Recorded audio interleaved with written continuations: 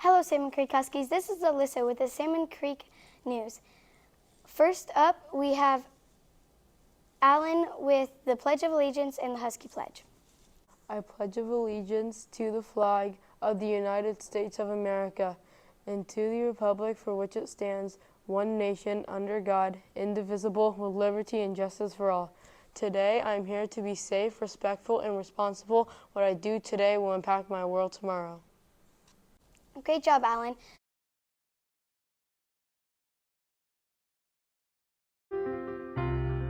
Have you ever had to confront violence or the threat of physical harm? How did you feel, and what did you do? Putting his life on the line as the leader of the civil rights movement, Reverend Dr. Martin Luther King Jr. maintained a firmly nonviolent philosophy. His tactics, unpopular with some, sent a powerful message and shed light on the real enemy, racism.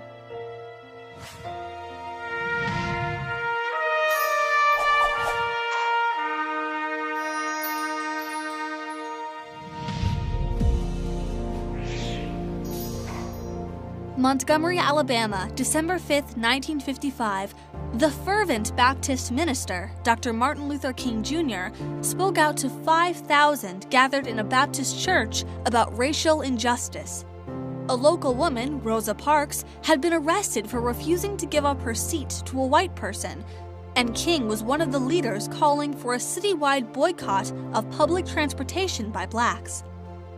Aware of the risks ahead, King said, "If a man doesn't have something that he'll die for, he isn't fit to live."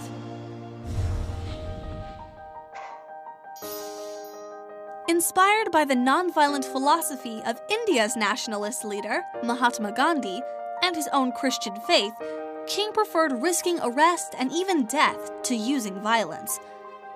The boycotters endured attacks by racist whites, and King's own home was bombed. But ultimately, the justice system declared Montgomery's bus segregation laws unconstitutional. The Montgomery bus boycott was just the first of many actions King and other civil rights leaders organized.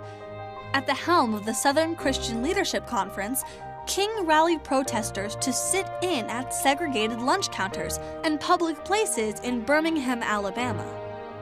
He welcomed the arrest of protesters by police to bring publicity to injustice. Of course, not everyone agreed with King's approach. Malcolm X was a Muslim minister and leading activist for the Black nationalist and Black pride movements. Turning the other cheek was not on his agenda, and he let the media and political leaders know it. Malcolm X was not alone. Other activists and intellectuals questioned King's approach and demanded immediate equal rights at any cost. King's tactics in Birmingham did draw nationwide attention.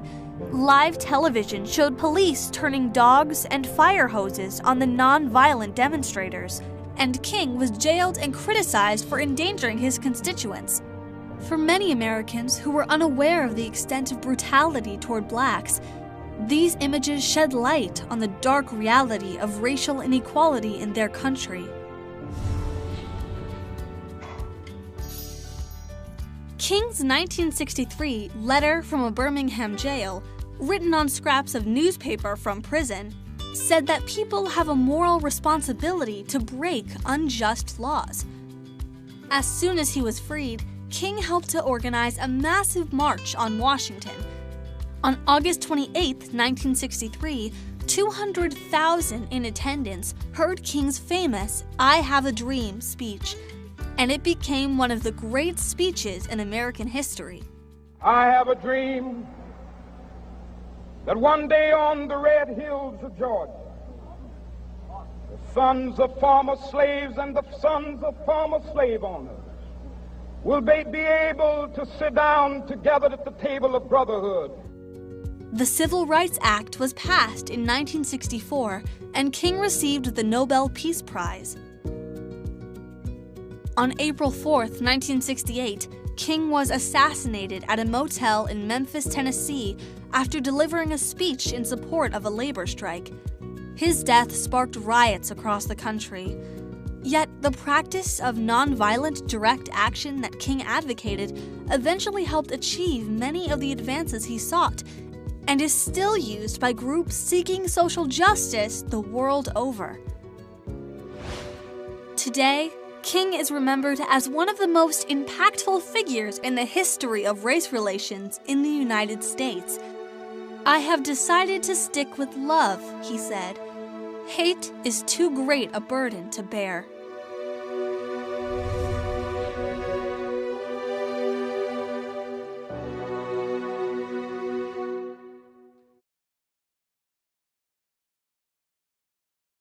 This week, Elijah interviews Mr. Stone. Let's see what questions were asked. Hi, Mr. Stone. Hello, Elijah. Okay, from River, what is your favorite subject to teach? My favorite subject to teach is math. Yeah. Keaton, what is your favorite animal? My favorite animal is a giraffe. From John, what is the funniest thing you have ever seen? The funniest thing I've ever seen. That's a tough one. The funniest thing I've ever seen. I don't know. I see funny things all the time. It's really hard to pick one. Yeah, okay. From Samson, have you ever traveled to another continent? Another continent. Yes, I have been to Asia, Thailand. Nice. From Alex, do you like baseball or football better? Baseball. Baseball. Harper B, what's your favorite book?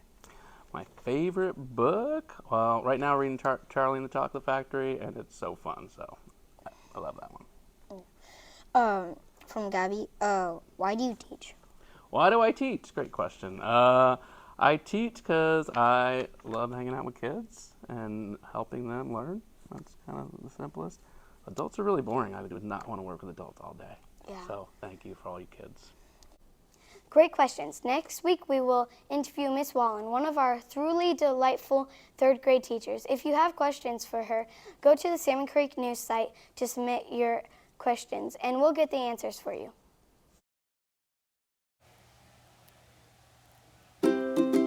Kindness at Salmon Creek. Why is kindness so important? It makes our school a happier place. Everyone has it and can share it, and a kindness heartbeat grows stronger when you use it. The surest way to be happy is to seek happiness from others. Martin Luther King Jr. So we've got some kindness challenges for you. Challenge 1, add your name to a heart to show you care, because we want kindness everywhere. Decorate it with your name and pledge to be kind. Kindness challenge 2 is a paper chain of kindness. Here's how it works. When there's an act of kindness, write it on a slip of paper and add it to the chain in your classroom. At the end of February, we'll join all the chains together. How long can the chain get? It's up to you.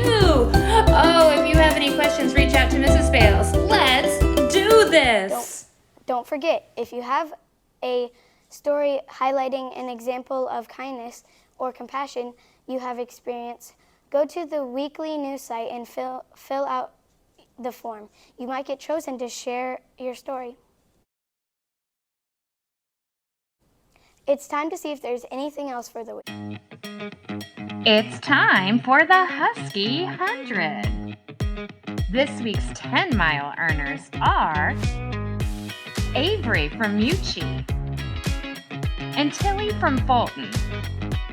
And we have a brand new 40-mile earner. Congratulations to Quinn in Norton.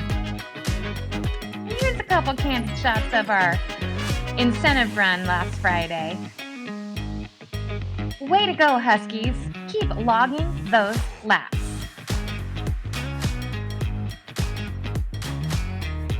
The January Husky Store will be open the first school on Monday, January 23rd through Thursday, January 26th.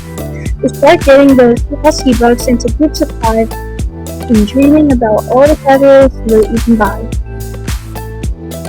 See you there!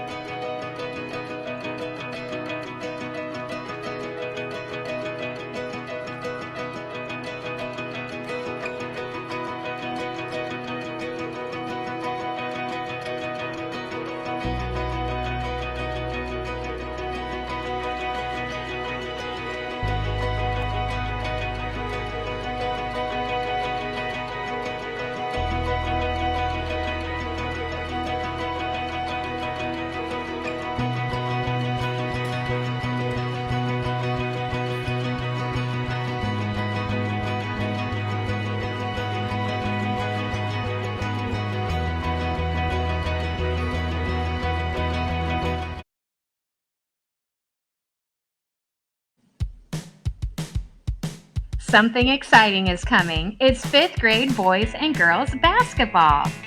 Practices are on Tuesdays and Thursdays here at the school starting February 7th.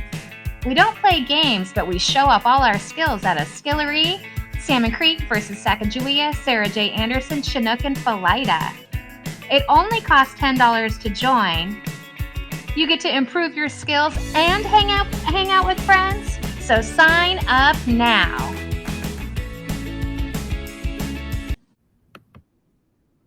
Salmon Creek Bingo Night.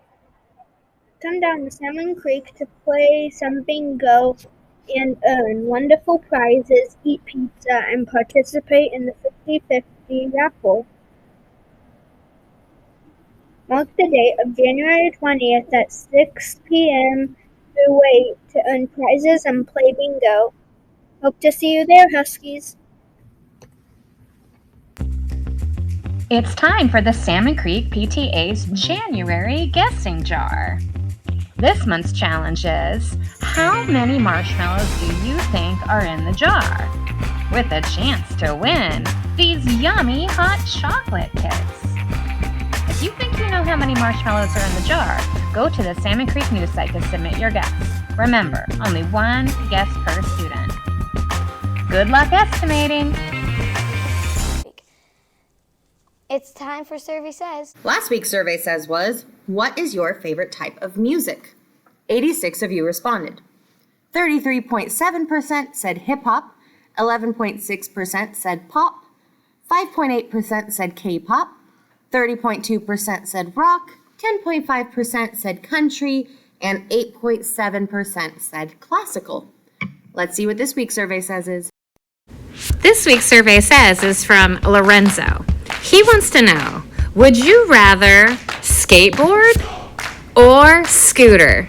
To submit your answer, go to the Salmon Creek News Google site. Have a great week, Huskies. Have a great week, Huskies.